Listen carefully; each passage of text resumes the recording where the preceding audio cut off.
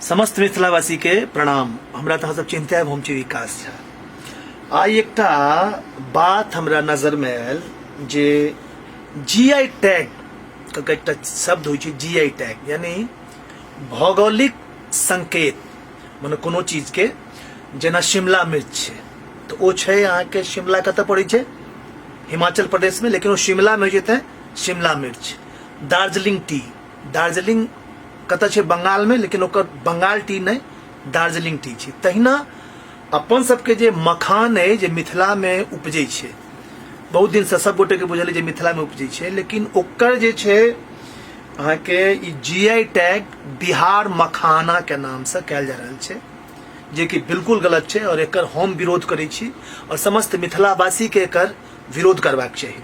तो चूंकि हम कलाकार छी, गायक छी, तो हमर विरोध, हम आंदोलन तो नहीं कर सकै छी, रोड पर तो नहीं जा सकै छी, तो हमर विरोध करे के तरीका ही रहत जो हम एकटा गीत बना रहल छी और अपने समस्त मिथिलावासी से ई निवेदन जे जँ अहाँ सब सच में मैथिल छी और अपन परंपरा से प्रेम करै छी, अपन मखान से प्रेम करै छी, तो एहि गीत के अतेक शेयर करियो जे राजनीति कर रहल छै। एहि बात कहू, बिहार मखाना अहाँ राखि रहल छी, मिथिला मखान किया नहीं, मिथिला से किया अहाँ के एतेक टेंशन है, तो ये पॉलिटिक्स नहीं होबाक चाहिए। तो वही तमाम पॉलिटिक्स करय वाला के गीतक माध्यम से जवाब भेटबाक चाहिए। अपने सब गोटे गीत के दबा के शेयर करियो जे हुनका लगी पहुंच जाए।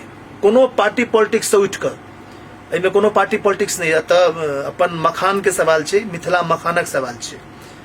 आदरणीय मोदी जी जखन दरभंगा आयल रहे तो ओहो मखान के मिथिला से जोड़लखिन। तो आब अहाँ सबके किनको जे पॉलिटिक्स करै छी हुनका ऐसे किया चिढ़े, मिथिला से किया चिढ़े। ताओ ये गीत सुनो और गीत के शेयर करू सब गोटे। हम गायब के स्टूडियो में सुनबे छी अहाँ सबके।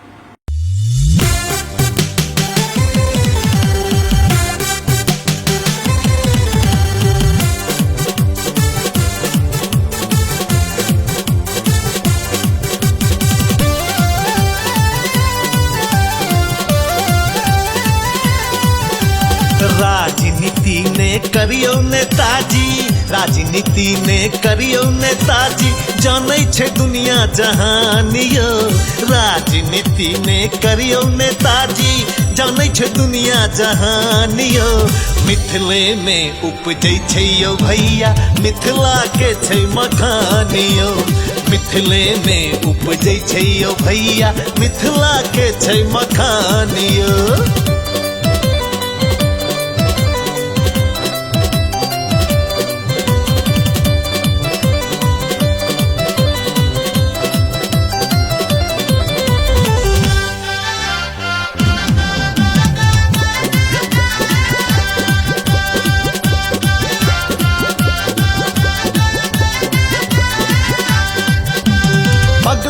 पर पोखर मिथिला में जही में हम उपजाबै छी, बड मेहनत लागै छै तहन जाके मखान बनाबै छी।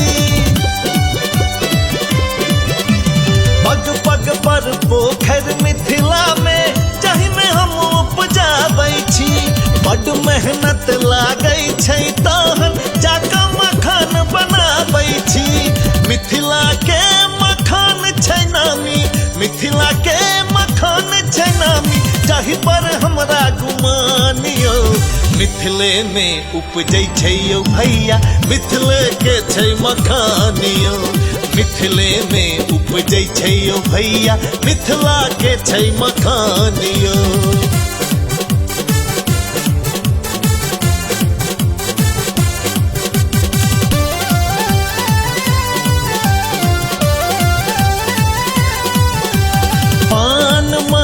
मखाने सब हमरा सबके धरोहर यो। हमरा सब हक नाम हटा कर नहीं बनबियो करियो।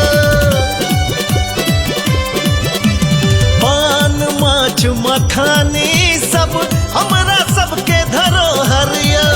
हमरा सब हक नाम हटा कर नहीं बनबियो करियो।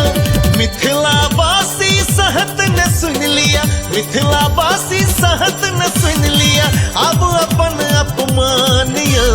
मिथिला में उपजै छै यौ भैया मिथिले के छै मखान यौ मिथिला में उपजै छै यौ भैया मिथिले के छै मखान यौ राजनीति ने करियौ नेताजी राजनीति ने करियौ नेताजी जानै छै दुनिया जहान यौ मिथिले में उपजै छै यौ भैया मिथिला के छै मखान यौ मिथिले में उपजै छै यौ भैया मिथिला के छै मखान यौ।